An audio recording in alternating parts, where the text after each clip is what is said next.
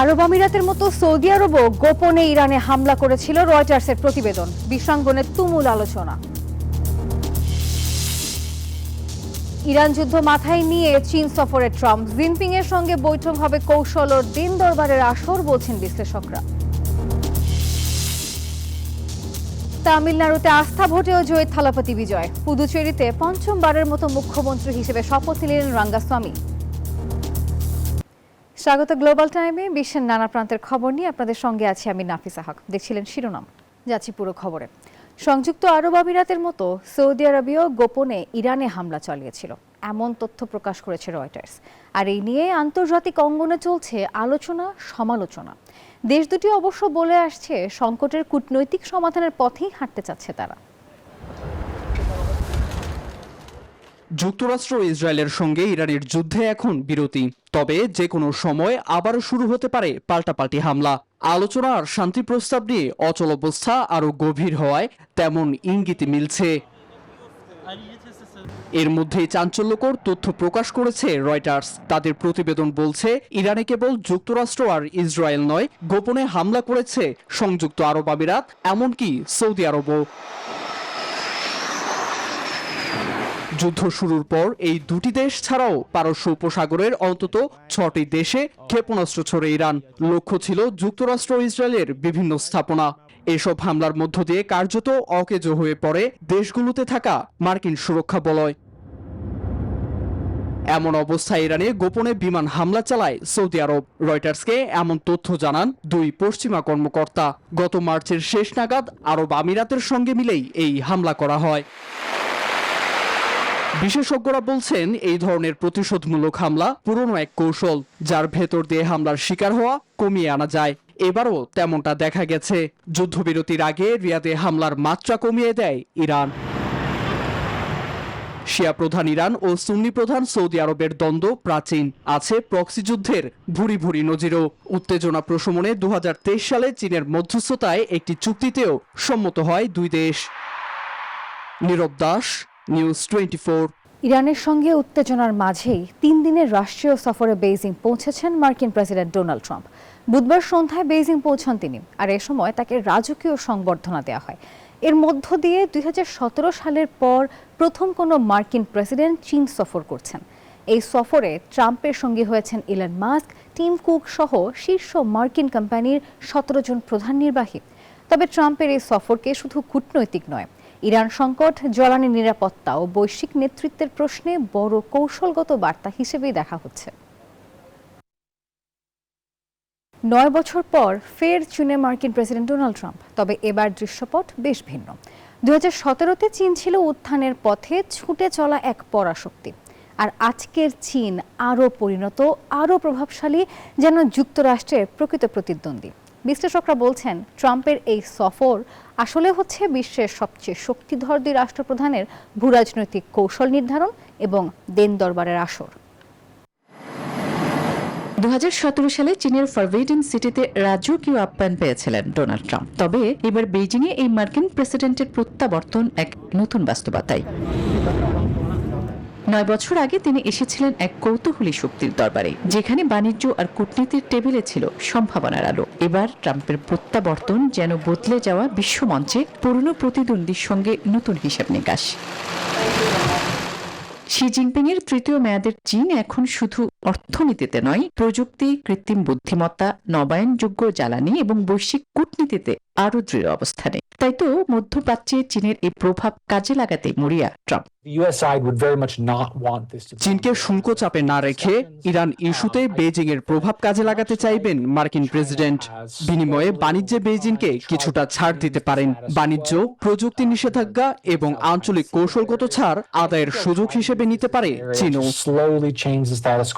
তবে এখন দেখার বিষয়, ডোনাল্ড ট্রাম্প কি চীনের সহায়তায় ইরান ইস্যুতে চাপ বাড়াবেন, নাকি এই সংকটকে ব্যবহার করে নতুন কূটনৈতিক সুবিধা আদায় করবেন শি জিনপিং।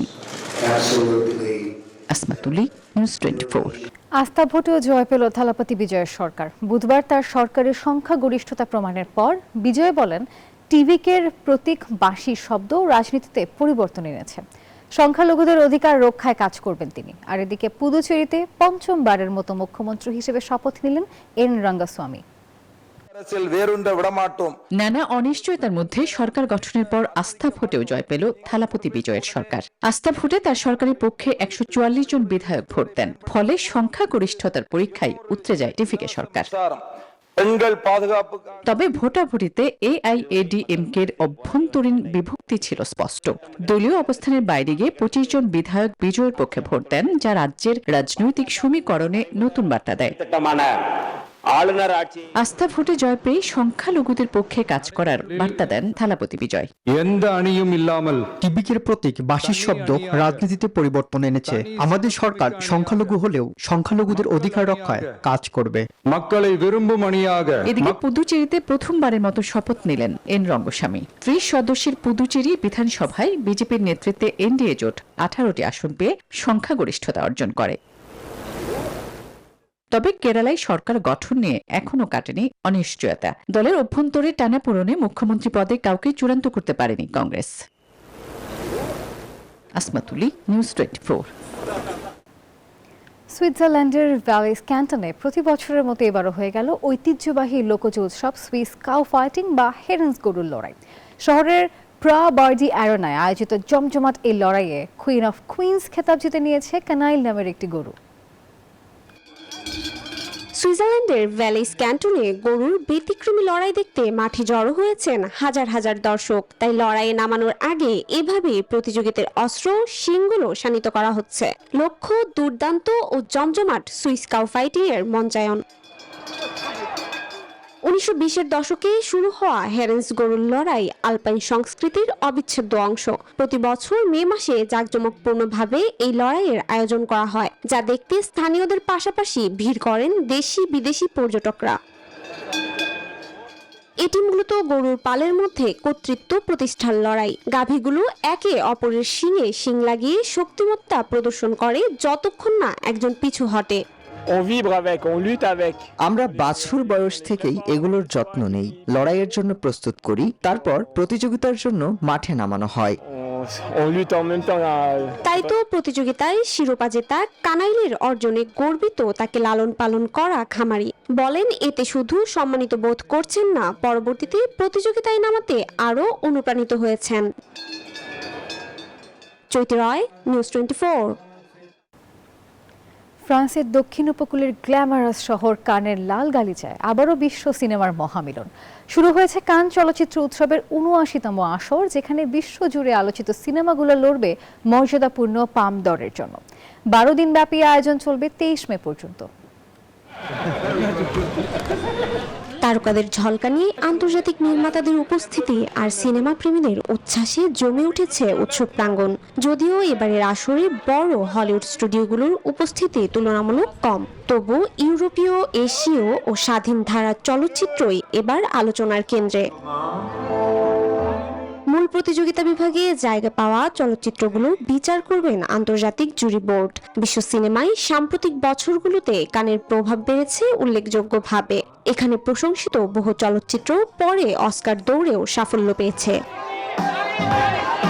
রেড কার্পেটে থাকছেন বিশ্ববিখ্যাত অভিনেতা, নির্মাতারা, আর সিনেমা বাজার, প্রিমিয়ার ও বিশেষ প্রদর্শনী মিলিয়ে কান এখন শুধু উৎসব নয়, এটি বিশ্ব চলচ্চিত্র শিল্পের সবচেয়ে বড় সাংস্কৃতিক ও বাণিজ্যিক মঞ্চগুলোর একটি। গ্ল্যামার, গৌরব আর বিশ্ব সিনেমার ভবিষ্যৎ, সব চোখ এখন কান চলচ্চিত্র উৎসবে। এবার পামদর কার হাতে ওঠে সেটাই দেখার অপেক্ষা। Desk report, news 24। দর্শক, গ্লোবাল টাইম এ পর্যন্তই। সঙ্গে থাকার জন্য ধন্যবাদ সবাইকে।